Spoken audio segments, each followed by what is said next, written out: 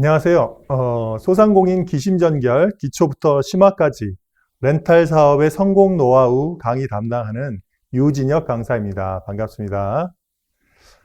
본 강의는 코로나 방역 수칙에 따라서 지침에 따라서 성실하게 이행하고 있음을 양지해 주시기 바랍니다.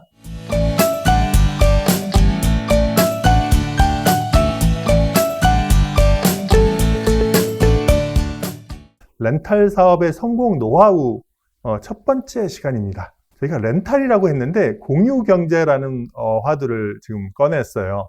이제 렌탈이라는 부분은 결국에는 빌려주고 빌려받는다라는 뜻이 있겠죠. 예, 빌려주고 빌려받는 사업에서 중요하다는 거는 이제 내 것만을 고집한다는 뜻이 아닌 거예요. 그러니까 이게 같이 나눠준다는 뜻이 들어 있습니다.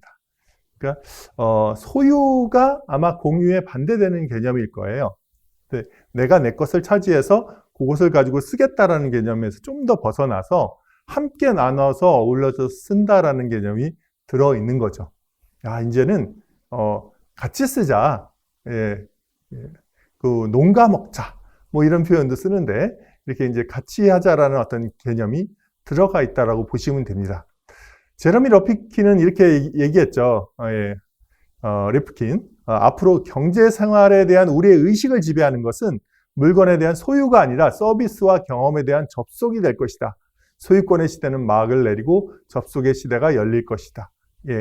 내가 내 것을 주장하고 그것을 움켜쥐고 있는다라고 소비 생활이라든지 비즈니스가 잘 되는 게 아니라 함께 공유하는 접속이라는 개념을 생각을 해보자는 거죠. 이 접속을 중요시한다는 말은 뭐냐면 내가 그걸 갖는 게 중요한 게 아니라 그걸 실제로 접해서 사용해보고 체험을 하는 게 중요하다는 거예요.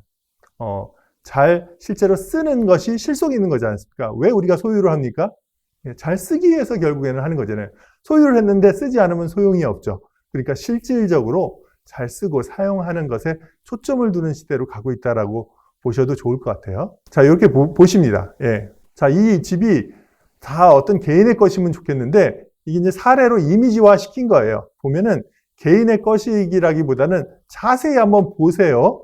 이 집도 이렇게 딱 나누어져서 이렇게 설명이 되어 있는 부분이 있고 자동차랑 이 잔디깎기 기계마저 이렇게 나누어져 있는데 뭐가 나누어져 있냐? 이 집을 보면 로프 스토리지 요쪽에 스토리지 창고에 해당되는 것이 1년에 300불을 쓰면 쓸 수 있대요. 룸은 하룻밤 자는데 38불이래요. 이렇게 이제 공유라는 게 부분 우리가 내가 소유라고 생각한 걸 띄어서 팔 수 있다는 거죠. 색스폰은 55불 한 달이면 쓸 수 있고요. 서핑보드는 80불. 뭐 이렇게 쭉 내는데 재밌는 건 뭐냐면, 심지어는 픽업 트럭이나 이 잔디깎기 기계뿐만 아니고요.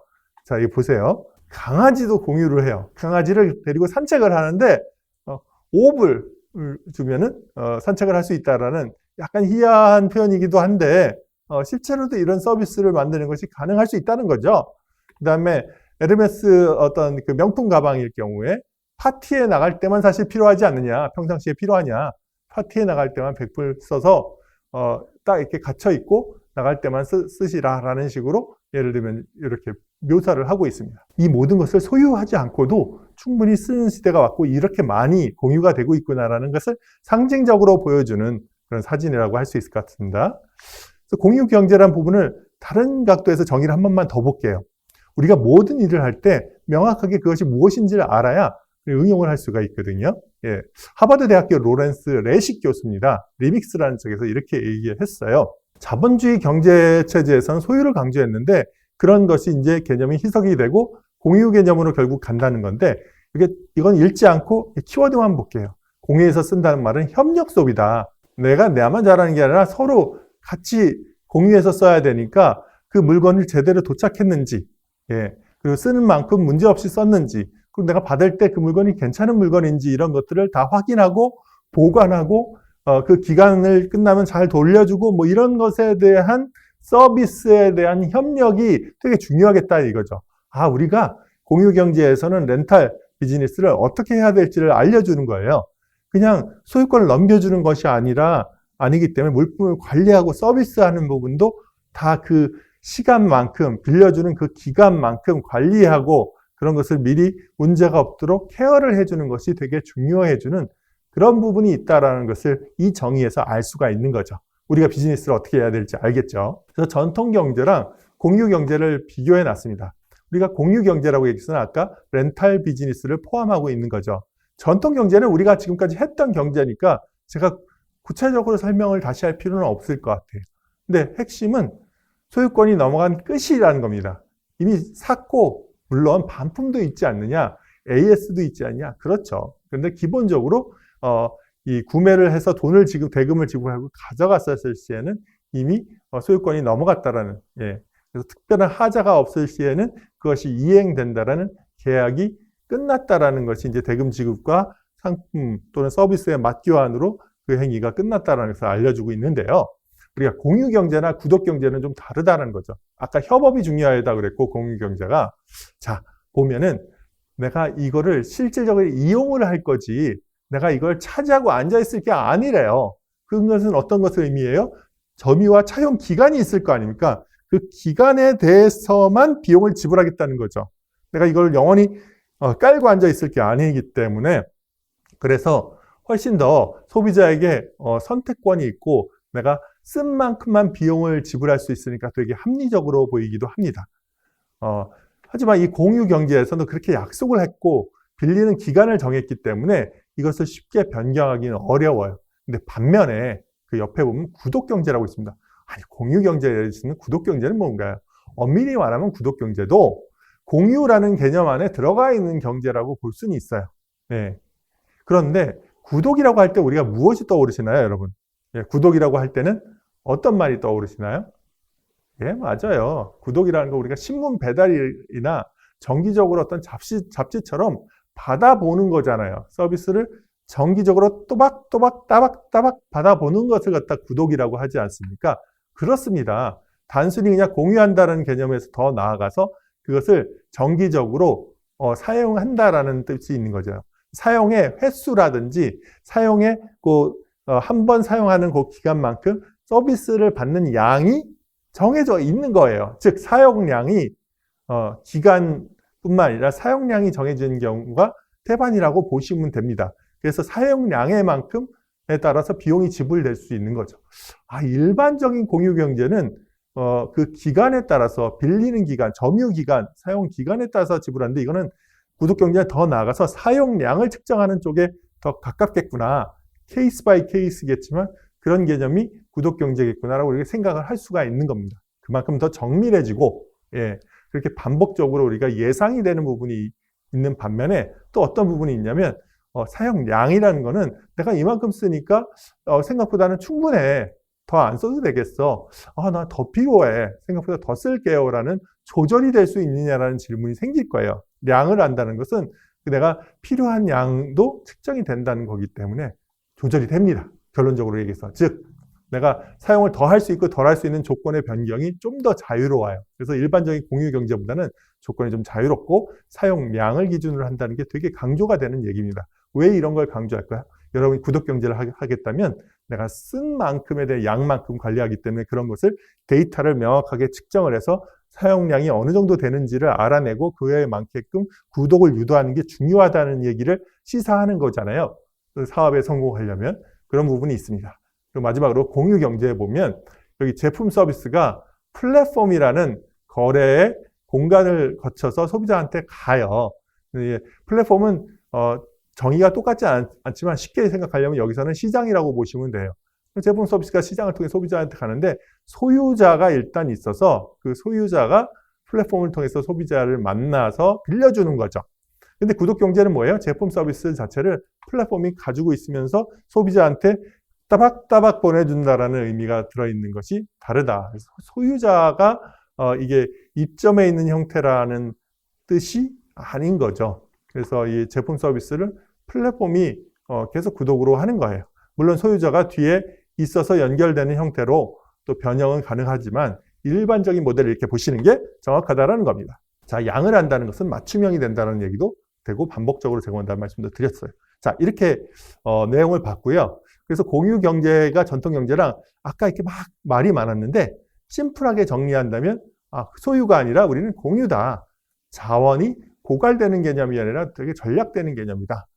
왜냐하면 사용량이나 기간만큼만 쓰면 되니까 쓸데없이 사용한 것이 없잖아요. 그리고 이윤을 위주로 하는 게 아니라 가치를 창출한다. 말이 좀 어렵지 않나요, 이거는? 어렵지 않아요, 생각보다. 이유는 뭐예요? 결국에는 넘기면 사용량이고 뭐든 간에 그것에 대한 대가는 주세요. 이걸 팔았으니까, 사셨으니까 그 대가를 가져갑니다라는 그 이윤이 강조될 수밖에 없는 측면에 이거는 내가 쓴 만큼 그걸 사용하는 부분에 대한 그 가치를 누리시고 그것에 대해서 필요한 이윤을 가져가겠다는 거죠. 그러니까 소비자 입장에서는 비용이 절감이 되고 자원이 전략이 되는 거니까 생산자 입장에서는 어떻게 됩니까? 판매자 입장에서는 그 가치가 쓴 만큼만 이윤을 가져간다는 그런 합리성이, 그래서 그 가치, 혜택에 대한 부분을 실제로 누린 만큼을 가져가게 한다라는 측면에서 가치가, 그 혜택이 이윤보다 강조되는 측면이 있다. 그리고 체제는 경쟁이라기보다 이제 신뢰관계에 중점을 둔다고 보시면 되겠어요. 이걸 믿지 않으면 쓸 수가 없어요. 이거 그냥 넘어가면 안 되는 부분입니다. 여러분, 공유 경제를 하고 우리가 렌탈을 하려고 그래요. 빌려주는 측을 믿을 수 없으면, 그 제품 서비스를 믿을 수 없으면 우리가 그걸 이용할 수 있다 없다? 없어요. 예. 신뢰가 없으면 안 됩니다. 전통 경제는 신뢰가 없어도 되냐? 그런 건 아니죠. 그런데 이건 경쟁에 의해서 잘 팔고 안 팔고에 대해서 소유권이 넘어가면 그것에 대해서 나중에 이슈는 제기할지 몰라도 그 경쟁 체제에서 그걸 따지고 사기 때문에 소유권을 내가 가지니까 끝나는데, 이거는 빌리는 기간 동안에도 또 계속 이게 제대로 보관이 되는지, 그리고 내가 돌려받을 거기 때문에 그만큼 내가 가치가 이미 쓰던 거를 예를 들면 이용할 수 있잖아요. 그 쓰던 거에 대한 부분이 명확한지, 그 정도도 써도 문제가 없는 제품을 중고를 쓰는 건지, 뭐 이런 것에 대한 검증까지도 추가로 돼야 되는 측면에서 신뢰가 더 강조된다는 거죠. 그리고 소비 패턴이 당연히 협력적이고 과잉 소비를 지양하는 측면이 있는 겁니다. 말을 좀 더 쉽게를 해볼게요. 우리가 지금 렌탈 경제를 다루고 있고요. 렌탈 산업에 대해서 잘 하고 싶은 거예요.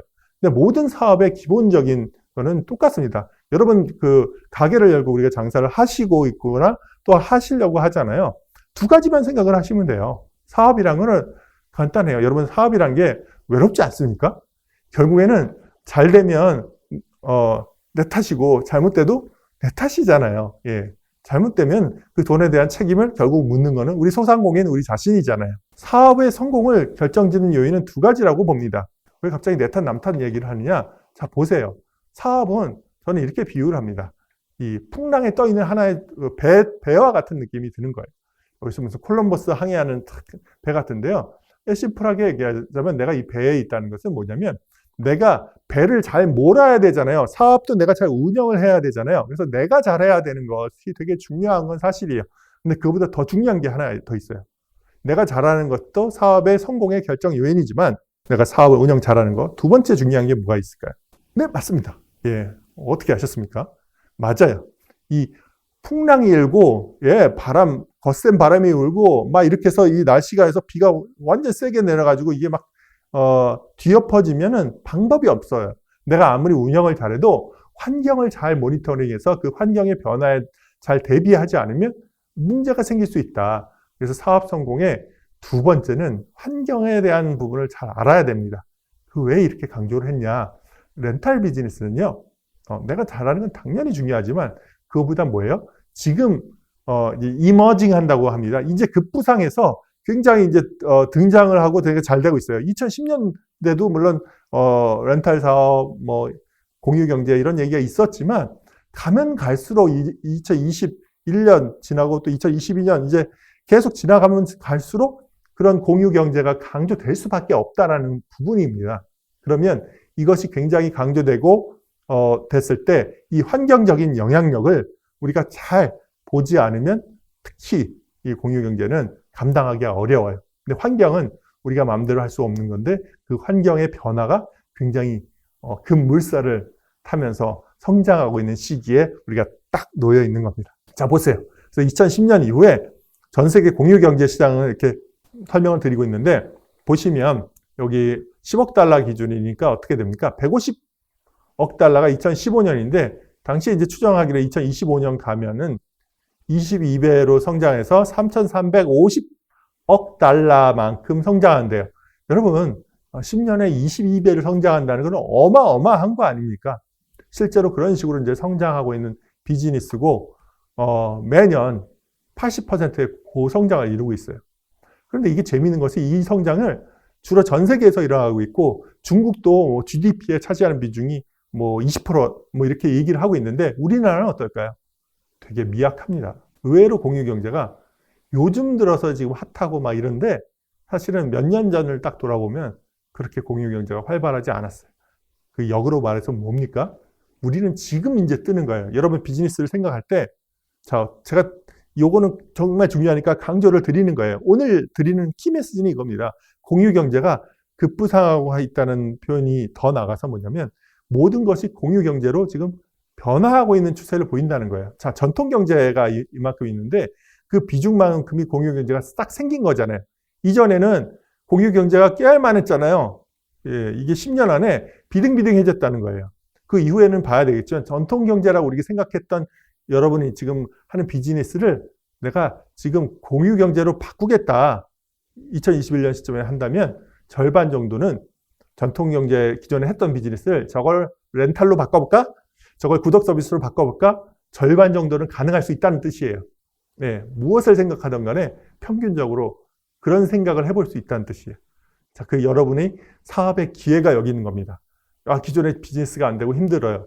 이걸 렌탈이나 구독으로 바꿔볼 수 있지 않을까라는 그런 가능성을 우리가 엿보게 되는 거죠. 자, 그럼 여기서 알아야 됩니다. 예, 모든 거는 이유를 알아야 돼요. 한국 사람이 제일 싫어하는 질문이 있습니다. 왜요? 라는 질문이에요. 왜 그렇죠? 이런 거 질문하면 여러분 불편하십니까? 아닙니까? 불편하죠. 자꾸 물어보면 왜 따져? 그냥 알면 되지. 근데 이게 주입식 교육의 폐해입니다. 예. 이게 공유경제가 왜 발전했는지를 알면은, 이런 것이 공유경제를 밀고 가는 힘이구나라는 걸 알게 되는 거예요. 우리 사업이 파도 풍랑 안에 이렇게 떠 있다 그랬잖아요. 풍랑 안에 막 떠 있는데, 이 파도가 몰라치고, 막 이렇게 바람이 불고 막 이래서 이제 비가 막 하고 있는 부분이 어떤 힘으로 움직인지를 알면은 그걸 대비할 수가 있는 거잖아요. 그 힘을 모른 채 공유경제를 맞이한다는 것은, 뭐예요? 예, 적은 대포를 쏘고 있는데 우리는 그냥 소총 쏘고 있다.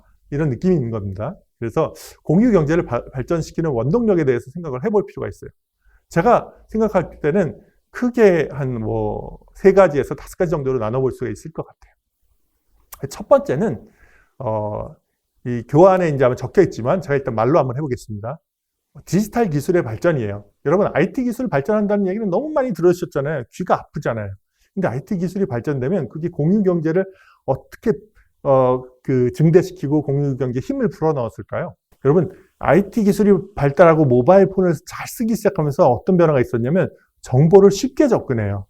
저 사람에 대한 신뢰성을 알고 싶으면 SNS를 통해서 검색을 해보면 되고요. 그렇죠. 어떤 물건에 대한 정보도 검색해서 비교하는 사이트들이 엄청나게 많이 생겼어요.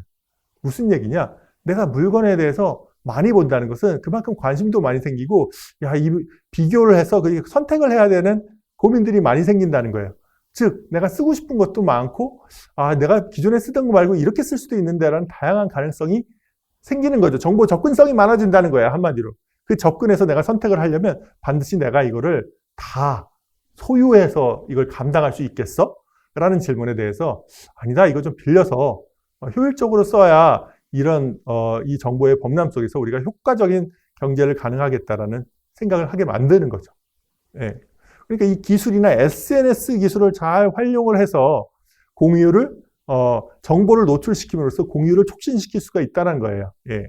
SNS 기술이 그런 의미를 얘기하는 거죠. 예. 또 뭐가 있냐면 IT 기술이 발전하면 여러분 그렇습니다. 내 개인에 대한 정보나 다른 사람에 대한 개인에 대한 정보가 더 잘 알게 되면 맞춤형으로 하길 원해요. 예. 왜냐면 그 IT에 대해서 디지털로 정보들이 쫙 들어오는데 내가 원하는 건 이건데 이거에 맞춰줄 수 있어요? 라고 얘기를 할 수 있는 거죠. 그래서 다양한 정보들을 거기서 맞춰줄 수 있도록 요구하고 강조를 하고 그렇게 활용을 하는 겁니다. 예. 이게 이제 맞춤형 기술입니다. 근데 또 이제 IT 기술 얘기는 그만해 볼까요? 또 뭐가 있냐면 엄청나게 이제 몰아서는 힘이 있어요. 우리가 얘기한 인구의 변화 중에서 그래요. 예, 1인 가구가 우리나라에 몇 퍼센트나 될까요? 아시는 분은 아시겠지만 전체 가구의 최소한 50%는 넘어갔어요. 절반 이상이 1인 가구나 2인 가구라는 말이에요. 그러면 그들이 어떨까요? 예전처럼 사람들이 막 가족의 수가 왁자지껄했을 때보다는 내가 필요한 것만큼 딱 써서 쓰면 되지 이걸 다 사야 돼?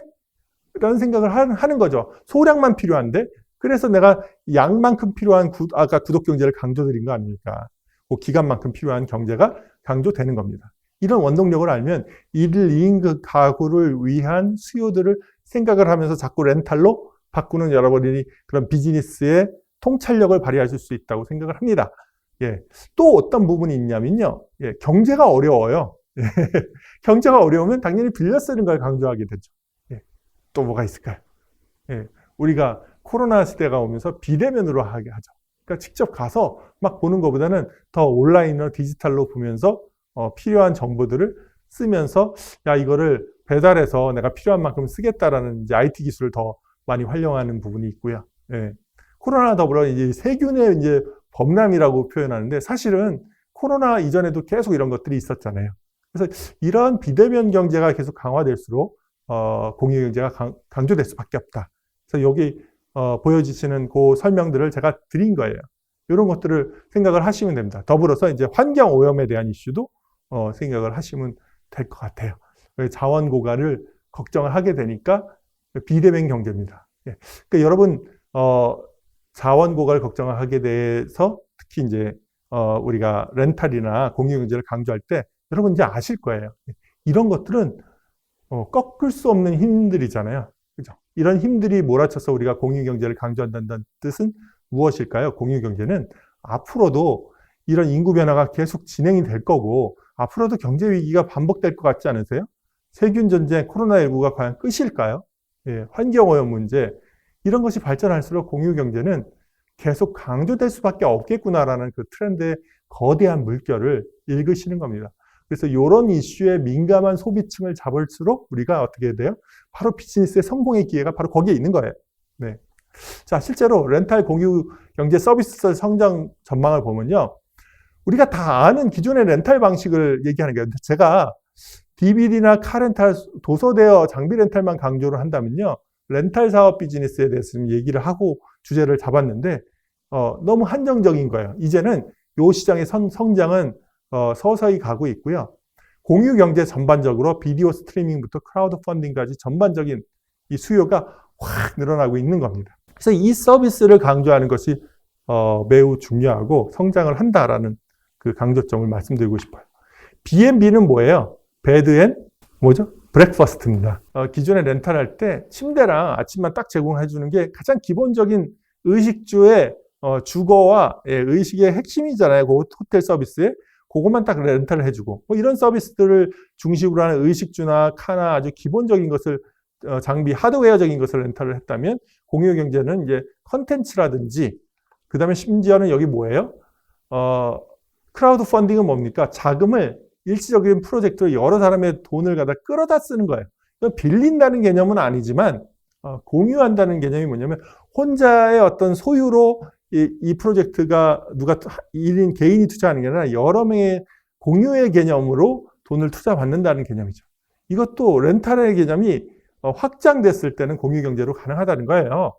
온라인 스태핑이라는 건 뭐냐면요. 이 채용이나 이런 부분에 있어서 이제 온라인으로 사람을 쓰기 시작하는 거죠. 비대면 경제가 강조되면서 사람도 공유가 되겠구나. 사람도 빌릴 수 있겠구나. 그렇다면 그 사람이 A라는 회사를 위해서도 일하지만 B라는 회사를 위해서 동시에 일할 수도 있겠네요. 프로젝트별로. 이제 보안 이슈나 이런 것들이 심해지겠네요. 이런 것들을 생각하면서 여러분의 비즈니스의 기회를 학원업이나 이런 것을 하시는 분들은 또 이런 인력 서비스를 생각하시는 분들은 이 비즈니스의 방향을 그렇게 잡으실 수가 있는 거죠. 그렇습니다. 그래서 공유 산업의 라이프 사이클이 처음에는 아까 DVD, 자동차 렌탈, 책 렌탈 이런 것들이 다 떴었는데 이게 다 포화기, 쇠퇴기, 이제 끝물에 가깝게 이게 전망이 없다는 게 아니라 경쟁을 이겨내야 되는 거예요. 여기는 이제 척박합니다. 예. 물론 여기서도 잘하는 기업 잘하지만 내가 새로 끼어들어서 성공하기는 어렵다는 거예요. 소상공인 시장이라기보단요. 우리는 이렇게 끼어들 때는 이쪽으로 문화 콘텐츠나 공유 숙박이나 온라인 인력 공유나 크라우드 펀딩이나 이런 개념 문화 콘텐츠나 장비 렌탈 같은 건 할 수 있겠죠. 이런 쪽에 렌탈 사업의 비즈니스를 잡으셔야 돼요. 내가 사업에 성공해서 가장 중요한 건 어떤 사업에 뛰어들 거냐는 걸 생각을 하시는 거잖아요. 그래서 렌탈 산업에서는 그것에 대한 우리가 통찰력을 나누고 있는 겁니다. 그래서 이런 부분을 먼저 준비를 하시는 것이 이런 관점에서 보시는 게 좋지 않을까라고 생각합니다. 또 하나는 이게 B2C가 아니라 B2B로도 이제 할 거예요. 심지어는 공장도 임대를 해줄 수가 있고, 그죠? 물류 시스템을 임대를 해줄 수도 있고, 이런 것도 있겠구나. 내가 어떤 역량을 가지고 있느냐에 따라서 그것을 다 빌려줄 수가 있겠죠.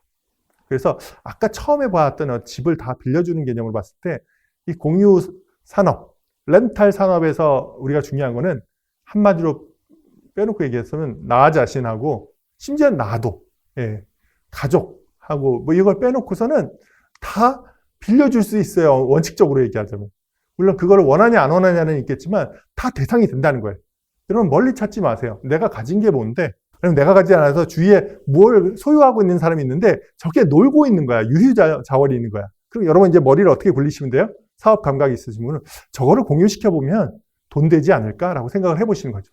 요 트렌드나 이런 걸 보면서, 그리고 소비자는 어떻게 찾아요? 아까 말씀드렸잖아요. 1, 2인 가구가 뜨고 있고, 비대면으로 지금 하고 있는 걸 선호하면서, 심지어 인력까지 공유하고 있고, 이런 것에 민감한 계층이 누군가를 생각을 하시면, 그들이 아까 얘기하시는 그 공유 산업 비즈니스, 내가 생각하는 여유 있는 유휴자원과 매칭만 딱 시키는 그 순간이 뭐가 되죠? 비즈니스가 일어날 수 있는 겁니다. 그런 관점에서 생각하시는 것이 맞다. 자, 이런 아이디어를 생각을 했으면 성공을 하기 위해서는 비즈니스 모델을 생각을 안 할 수가 없어요. 이 비즈니스 모델이라는 것은 굉장히 이제 중요한 개념입니다. 내가 사업을 성공하려면 비즈니스 모델을 반드시 알아야 돼요. 역으로 질문해서 내가 비즈니스 모델이라는 것을 알면 성공할 수 있느냐? 꼭 그렇지는 않아요. 이게 무슨 말이야? 말장난입니까? 비즈니스 모델의 의미는 뭐죠? 여러분 모델이 뭡니까? 워킹하는 모델 아시잖아요. 모델이 우리가 왜 필요하죠? 무엇을 입히고 이 사람이면 맞아 이게 적당하구나. 내가 저거를 쓸까 말까를 결정할 때 직접 보고 결정하는 게 빠르잖아요. 비즈니스도 마치 모델처럼 비즈니스의 어떤 모델을 딱 만들면 이 비즈니스가 되겠다 안 되겠다를 그림을 딱 그릴 수 있는 그 비즈니스의 모델이 될 수 있는 그림이 뭐냐? 그거를 이제 그려주는 게 바로 비즈니스 모델이라는 것을 이제 아신 거예요, 여러분이. 그 다음에 뭐냐면 비즈니스라고 했는데 비즈니스가 뭐예요, 여러분? 나를 뭘로 보고 비즈니스에 대한 질문을 하다니. 비즈니스는 바쁜 거죠. 비지한 거죠. 그 바쁜 비즈니스가 왜 바쁘냐면요. 거래가 활발하게 이루어져야 돼요. 비즈니스는 다른 말로 하면 거래입니다. 트랜잭션. 거래가 활발하게 이루어졌는데 그 거래라는 것은 정확하게 두 가지 요소로 구성되어 있어요. give and take입니다. 뭘 주고받아야 돼요.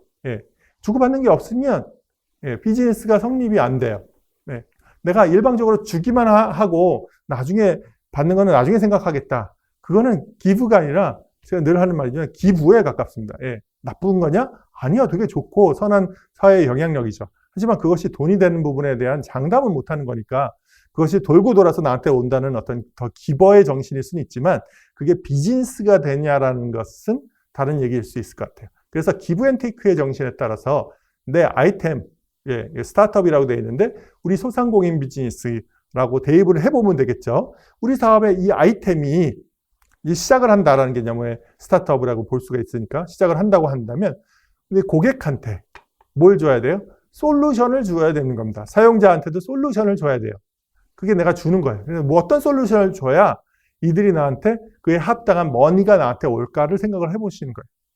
내 제품과 내 상품과 나의 서비스를 잘하면 그거에 대한 컴펜세이션이 오겠죠. 근데 그 서비스에는요, 상품 외에도 배달도 일종의 서비스고요. AS도 서비스예요. 뒤에서 얘기하겠지만 렌탈 사업은 그런 것들이 더 강조될 수밖에 없습니다. 한번 서비스를 제공하고 제품을 팔아 넘기면 끝나는 게 아니잖아요. 계속 관리가 되는 측면에서의 이루어져야 이 보상이 이루어지는 거구나라는 걸 알 수가 있겠고요. 두 번째 중요한 요소는 여기 있어요. 서플라이어. 여러분, 고객들한테 뭘 제공하려고 할 때, 여러분 장사를 할 때 내가 혼자 다 할 수 있어요? 나도 어떤 재료가 있어야 뭘 만들고 서비스할 수 있는 인력을 조달받아야 할 수 있는 거잖아요. 자체 인력이 없어도 어떤 외부 파트너나 협력자한테 무엇을 도움을 받아서 이 행위를 하게 되죠. 그 도움을 받는 것을 갖다가 우리가 서플라이어라고 볼 수 있는 겁니다. 큰 의미에서. 중요한 거는 이들한테 역시 뭘 제공받고 우리가 대가를 지불하는데, 그래서 그걸 가지고 고객이나 사용자한테 혜택을 주려고 하는데, 중요한 건 뭐예요? 익스클루시브하다는 거예요. 여러분이 차별성이 있다는 건요, 고객한테 차별적인 가치를 준다는 건데, 그 가치는 어디서 와요? 서플라이어, 내가 지금 만든 가치에 대해서 공급받는 것을 나만 내가 이게 독점권을 쥐고 있느냐, 그게 되게 중요한 거죠. 독점권을 못 쥐고 있더라도 최소한 내가 우선시 되고 있느냐가 중요한 거예요. 왜냐하면 동일한 서비스나 이런 것들을 예를 들면 요리로 치면 재료를 갖다가 나만 공급받는 게 아니라 딴 데도 똑같이 공급받아요. 그러면 차별성이 어디에 있을까요? 요리 기술이 있지 않느냐. 물론 그것도 되겠지만 근본적으로 서플라이어의 차별성이 확보되지 않으면 그런 것이 상당 부분 무너질 수가 있다는 거예요. 그래서 이 서플라이어에서 차별성의 핵심 기저가 나온다는 것을 꼭 기억해 두시면 좋겠습니다. 나는 지금 어떤 서비스를 어떤 서플라이어한테 공급받고 계십니까? 그것이 나는 특별 우대를 받고 있고 나만이 이용할 수 있는 어떤 권한이 있으신 건가요? 그게 있는지 없는지를 봐야 되는 거예요. 임대사업으로 봤을 때는 렌탈하는 대여하는 사람들이 나한테 안정적으로 공급받을 수 있는 괜찮은 서비스나 이 대여를 일단은 받기로 이렇게 되어야 그걸 가지고 내가 렌탈 사업을 진행을 할 수 있는 거잖아요. 내가 플랫폼이든 아니면 그냥 중개만 연결해주고 빠지던 간에 어쨌든 간에 이 서플라이어의 역할이 되게 중요한 거예요. 그래서 지금 공유경제 비즈니스 모델은 바로 얘기가 나왔죠. 고객이 돈 주는 사람이 이용자일 수 있는 거죠. 이용한 만큼 돈을 내니까. 그래서 공유경제 플랫폼은 간단합니다. 대여하는 사람이 유휴 놀고 있는 자원을 게시해요. 그럼 유휴 자원을 이용자에게 넘기고 대여를 받아서 대여 수익을 대여자에게 나누는 모델인 거예요. 그래서 중간에 수수료를 받는 겁니다. 그래서 대여자를 잘 확보하고 이 대여해주는 상품이나 이런 것들이 상품군들이 좋고 서비스들이 좋아야 차별적인 가치를 인정받는다는 말씀을 드린 거죠. 그리고 그런 것이 SNS나 커뮤니티 통해서 신뢰 구축, 요즘 ICT가 발달했다고 그랬잖아요. 그래서 이런 것들이 어떻게 마케팅적으로 인식시키냐가 되게 중요해요. 그러면 그걸 가지고 후기를 통해서 피드백을 받아서 또 그런 것들에 대한 신뢰도가 쌓이게 되고 이것을 활용해서 공유경제가 돌아가는 시스템이다 라고 보시면 될 것 같습니다. 렌탈 사업의 수익 모델은 이렇습니다. 공유경제 사례인데요. 우리가 자동차 사례를 보시면 될 것 같아요. 그래서 카헤일링과 카쉐어링이라고 되어 있는데 이게 말이 어렵나요? 네, 되게 쉽게 말씀드릴게요. 카쉐어링은 차를 나누는 거예요. 우리 자동차를 렌탈하잖아요. 렌탈하는 개념이랑 비슷해요. 차이점은 뭐냐면 렌탈은 좀 더 조건이 딱 이렇게 정해져서 돌려주는 반환 기간이 이렇게 돼 있고 뭐 보증금이 어쩌고 이렇게 탁탁탁 꽉 차여져 있는데 카쉐어링은 좀 더 라이트하게 내가 같이 쓰자라는 부분에 대해서 건 바이 건이던 조금 더 조건을 약간 변경할 수 있는 여지가 있는 거예요. 그래서 내가 차가 필요한데 차 운전을 하고 있어요. 그럼 다른 사람이 그 운전하는 그 차를 갖다가 쉐어하는 개념인 거죠. 그래서 집카라든지 드라이브 나우라든지 그런 것들을 보시면 내가 다른 운전자가 활용하는 차를 쉐어링해서 하는 비즈니스들이 뜨고 있어요. 그런데 카쉐어링하고 보다 10.8배 성장했다고 돼 있잖아요. 카헤일링이 훨씬 조금 더 성장을 많이 했네요. 그 이유는 무엇일까요? 카헤일링은 뭐가 다를까요? 카헤일링은 운전면허랑 상관이 없는 게 핵심이에요. 운전면허를 하지 않아도 아까 이제 운전하는 차를 쉐어링 한다는 거잖아요. 내가 운전하는 사람이 그 차를 같이 운전해줘 라고 정확하게 얘기하면 같이 운전해줘 하는 게 내가 차를 며칠 쓰고 당신이 며칠 써 뭐 이렇게 하는 것이 쉐어링이잖아요. 아니면 우리 같이 운전해서 가자라는 개념도 들어가 있겠지만 카헤일링은 운전면허랑 상관없이 운전자의 그냥 차를 쓰는 것이 정확하게 말하면 카헤일링입니다. 쉐어링은 운전면허가 상관이 있어요. 그래서 내가 면허를 있어야 그걸 갖다가 쉐어링을 한다는 개념이었고요. 상대가 운전을 하고 있는 차를 갖다가 내가 운전면허가 있어야 쉐어링 하는 거고, 카헤일링은 운전면허가 없어도 그냥 얹어서 탈래요 라고 해서 하는 거예요. 대표적인 게 우버. 우리나라에서는 좀 힘들었었죠. 우버가 대표적인 비즈니스라고 보시면 돼요. 그래서 카헤일링 시장인 운전면허랑 상관없기 때문에 좀 더 범용적으로 넓게 쓰일 수 있는 거죠. 네, 에어비앤비에 대한 모델을 좀 말씀을 드릴 수 있을 것 같아요. 에어비앤비는 숙박시설의 수요자와 공급자를 연결하는 비즈니스를 합니다. 똑같아요. 서비스를 요청하면 공급자한테 알립니다. 그래서 요청을 수락한다면 자, 수락 내용을 알려주고 숙박료를 받아서 수수료를 빼고 주는 간단한 이런 구조로 되어 있는데 공급자를 어떻게 확보할 것이냐라는 거죠. 아까 비즈니스 모델에서 강조드렸잖아요. 차별성은. 그 다음에 수요자들을 끌어 모아야 되는데 이들에게 어떻게 신뢰를 인식시키고 후기를 누적시켜가지고 이렇게 계속 돌아가게 만들 것인가라는 고민을 하는 거죠. 여기서 짐작이 되는 것은 신뢰를 확보하는 데는 시간이 걸린다는 거예요. 바로 되지 않아요. 그래서 여러분이 렌탈 사업을 하려고 한다면 이미 기존의 강자가 있는 아까 하드웨어 렌탈 사업은 기존의 강자들이 틈 끼기 어려울 뿐더러 공유경제 방식으로 내가 비즈니스를 하겠다고 한다면 신뢰를 어떻게 얻을 것인가를 고민을 많이 하셔야 돼요. 이 보이시면 이걸 제가 간단하게 빠르게 요약을 해드릴게요. 이건 중요합니다. 이 비즈니스가 뭐냐면 3명의 창업자가 요 공유경제를 했어요. 예, 그래서 에어비앤비를 해서 10 빌리언이래요. 예, 10 빌리언이면 우리나라 돈으로 얼마가 될까요? 예, 10억, 100억이면 10조 정도로 일단은 환율을 좀 정확하지 않아도 10조 정도에 되는 규모로 회사를 키운 스토리입니다. 3명이 10조를 만들었어요. 3명이 모여가지고 공유 경제로. 어떻게 그게 가능했을까요? 예, 시점은 아마 5년 전 시점, 뭐 그런 옛날 시점으로 조금 돌아가서 보시면 돼요. 10년 시점이구나. 2011년도에 그렇게 목표를 달성한 거예요. 10조라는 거를 조어랑 브라이언이 만나서 생각을 했어요. 어떻게 렌트를 할까라는 고민을 한 거예요. 야, 우리 에어 매트리스 잠자리를 제공해 볼까? 그래서 그냥 블로그에다가 지도 하나 올리고 그냥 해본 거예요, 그냥. 그래서 그냥 해봤다는 게 중요한 거예요. 여러분 비즈니스를 일단 해보셔야 돼요. 실험 테스트 해봤더니 2명이나 남자랑 1명이 나타나가지고 80불씩 줬대요. 8만 원씩 줘가지고 그래서 잤더니 야, 이거 아이디어 괜찮겠다 해서 실제로 개발자를 찾아서 코파운더를 찾아서 런칭을 했어요. SXSW라는 것이 어떤 지역에 열린 음악 행사인데 사람들이 굉장히 많이 올려서 그 음악 행사를 구경하고 며칠씩 있다 보니까 이건 규모 있게끔 숙박을 제공해주는 니즈가 있겠다라고 생각을 해서 야, 이거 기회다 라고 한 거예요. 그런데 이걸 하다 보니까 그렇게 비즈니스가 생각보다 쉽지가 않은 거예요. 아까 신뢰를 확보하는데 시간이 걸린다고 했잖아요. 그래서 오바마 대선 때 시리얼을 팔았어.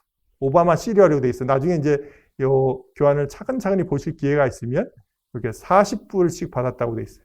그렇게 해서 버틴 거예요. 근데 이 오바마 시리얼을 하면서 버틴 걸 가지고 투자도 받고 키우고, 야, 이게 키워보니까 200불씩, 이 주당 뭐 200불씩 이렇게 쭉 만들었는데 200불씩 돈이 들어온 게 충분하지 않은 거죠. 그래서 어떻게 해요? 홍보를 잘해요. 결국에는 이 서비스라는 것을 잘 인식을 시켜주는 건데 포토를 그럴듯하게 찍어서 뉴욕에 있는 도어투도어로 찾아다니면서 쫙 좋은 방들을 리스트업 해가지고 제대로 홍보를 했더니 급성장해서 우리가 얘기한 시드머니 딱 다 받고 유명한 VC한테 거절도 당했지만 결국에는 성장하게 됐다는 겁니다. 중요한 점은 뭐예요? 처음에 일단 테스트를 해봐라, 시장에다. 예. 공유경제 여러분이 처음 하신다면 또는 이미 하고 있더라도 이게 성장을 하려면 테스트 해보고 그다음에 홍보를 잘 해야 된다. 그리고 필요하다면 버틸 수 있는 부업들도 생각해봐라. 신뢰 확보하는 데는 시간이 걸리기 때문에 이런 것에 대한 사업 성공의 시사점을 드리는 겁니다. 네. 그래서 숙박공유 및 휴가용 주택 임대 시장도 이런 식으로 성장을 하고 있어요. 그러니까 여러분이 에어비앤비의 어떤 사례를 말씀드렸기 때문에 이게 휴가용 주택 임대 시장을 분리해서 일반 숙박과 다르게 할 수도 있겠구나라는 생각을 하실 수 있는 거죠. 자, 우버 사례는 자동차를 그런 거예요. 여러분 렌탈 사업에서 가장 대부분은 우버처럼 자동차를 렌탈하는 비중이 렌탈 산업 전체로 보면 굉장히 큽니다. 절반 가까이 된다고 보시면 돼요. 그 통계마다 이렇게 좀 이렇게 되겠지만 그렇게 많은 비중을 차지하는 게 자동차고 자동차에서 파생되는 비즈니스가 많아지는 거예요. 여러분 이제 무인 자동차 시대가 언제 도래할지 모르겠는데 그리고 자동차에 대한 얘기도 많이 하고 있잖아요. 그렇게 새롭게 되면 그런 것에 대한 공유 및 이런 것들은 더 활발해질 수밖에 없어요. 왜냐하면 운전자가 분리가 되니까 그 자동차를 나만 이용하냐 공유해서 이용하겠다는 수요가 강해질 수가 있는 거죠. 자, 우버는 요렇게 자세하게 보는 건 생략하지만 똑같습니다. 여러 가지 또 실패도 겪어보고 왜 잘 안 되지 해서 홍보를 다시 해봤는데 성공 요인의 핵심은 뭐냐면요. 파리에는 택시 서비스가 되게 불만족스러웠어요. 불편했어요. 그것을 딱 잡았기 때문에 우버라는 것이 성공했다라는 말씀을 드립니다. 자, 요거는 뒤에는 참고 자료니까 보시면 돼요. 렌탈 서비스의 유형에 대해서 어떤 것이 있냐. 정수기 자동차 가구하던 내구재들은 구독 서비스를 제공하는 방식으로 렌탈 서비스가 제공이 된다. 그리고 이용하는 형태가 강조되는 일반적인 렌탈 사업이다. 정기 배송하는 구독 경제 방식의 렌탈 비즈니스가 있을 수 있다. 이건 엄밀히 말하면 렌탈 자체보다는 공유 경제라는 개념으로 봐야 되는데 특별히 구독이다. 그러면 정기적으로 받아본다는 아까 말씀드렸으니까 정액적으로 내가 필요한 양만큼 고정량을 딱 이렇게 해서 받거나 할 수가 있는 거죠. 우리 생활 속에 있는 생수, 휴지, 샴푸, 분유 모든 것이 다 해당된다고 보시면 되고요. 이걸 아예 회원제로 멤버십으로 해서 할 수도 있는 거예요. 구독 경제라는 게. 되셨죠? 그리고 디지털 콘텐츠도 마찬가지로 동영상, 음원 스트리밍 구독권으로 경제가 가능하다라고 말씀드립니다. 고객이 결국 느끼는 그 가치는요. 기본적으로 고객이 느끼는 어떤 가치가 있어요. 밸류 크기가 있는데 거기서 지불하는 금액이 렌탈은 이렇게 나눠져서 페이드 되잖아요. 나눠지는 기간만큼의 지불되기 때문에 그 지불됐을 때 이걸 이용하는 그 가치는 그 기간 내에 하나의 큰 가치로 이렇게 쫙 전파되는 데 비해서 그거를 돈은 나눠서 낸단 말이죠. 그러니까 그 나눠서 내는 비용을 얼마에 어떻게 나눠서 내느냐에 따라서 실제로 고객이 내가 느끼는 총 가치의 양에다가 기간별로 나눠진 비용을 제하면 실제 넷 느끼는 가치를 우리가 추산할 수 있다는 말씀을 드린 겁니다. 렌탈 사업은 내가 이걸 왜 사업해내야 되느냐, 어떤 사업가가 되고 싶냐는 기본적으로 우리가 생각을 하고 비즈니스를 하는 건데요. 결국에 그거의 핵심은 뭐예요? 누구에게, 아까 렌탈 산업을 움직이는 힘에 대해서 말씀드렸습니다. 그 힘의 변화를 읽으면서 내가 그거를 누구에게 어떤 가치를 줄 것인가, 어떤 것을 유휴자원을 나눠 먹지. 그래서 아까 가치의 크기를 크게 하고 페이디드된 지불되는 비용을 어떻게 나눠서 고객들이 이거 좀 편안하게 지불할 수 있도록 제공해줘서 그 가치를 높일 것인가를 고민하는 것이 렌탈 사업의 본질이라고 말씀드리고 싶습니다. 간단하게 Q&A를 정리하고 마칠게요. 자, 전통경제와 구분되는 공유경제의 비즈니스 구조와 차별적 특징 말씀드렸죠? 핵심은 뭐예요? 예, 소유하지 않는 거죠. 그럼 플랫폼을 통해서 대여해야 되니까 소비자는 생산자에게 소유 비용을 지불하지 않아요.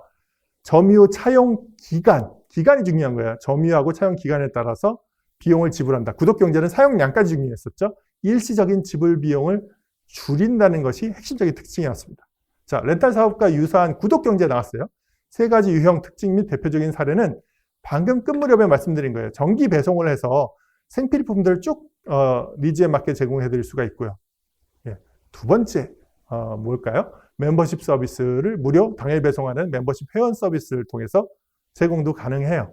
네, 우리가 회원제로 딱 들어갔을 때 그 회원의 그 권한으로 그 물품을 정기적으로 싸게 살 수 있는 권한을 주는 거죠. 정기적으로 구입을 하고 대신 멤버십비를 내면 되는 거죠. 또 디지털 콘텐츠나 용량 서비스를 받을 수 있는 것도 넷플릭스 같이 아신다라는 말씀을 전해드리면서 렌탈 사업을 이제 전반적으로 오늘 이 시간에 첫 번째로 구경을 했고 어떤 식으로 성공하겠다는 방향을 우리가 정리했다라고 보시면 됩니다. 예, 강의를 듣느라 수고 많으셨습니다.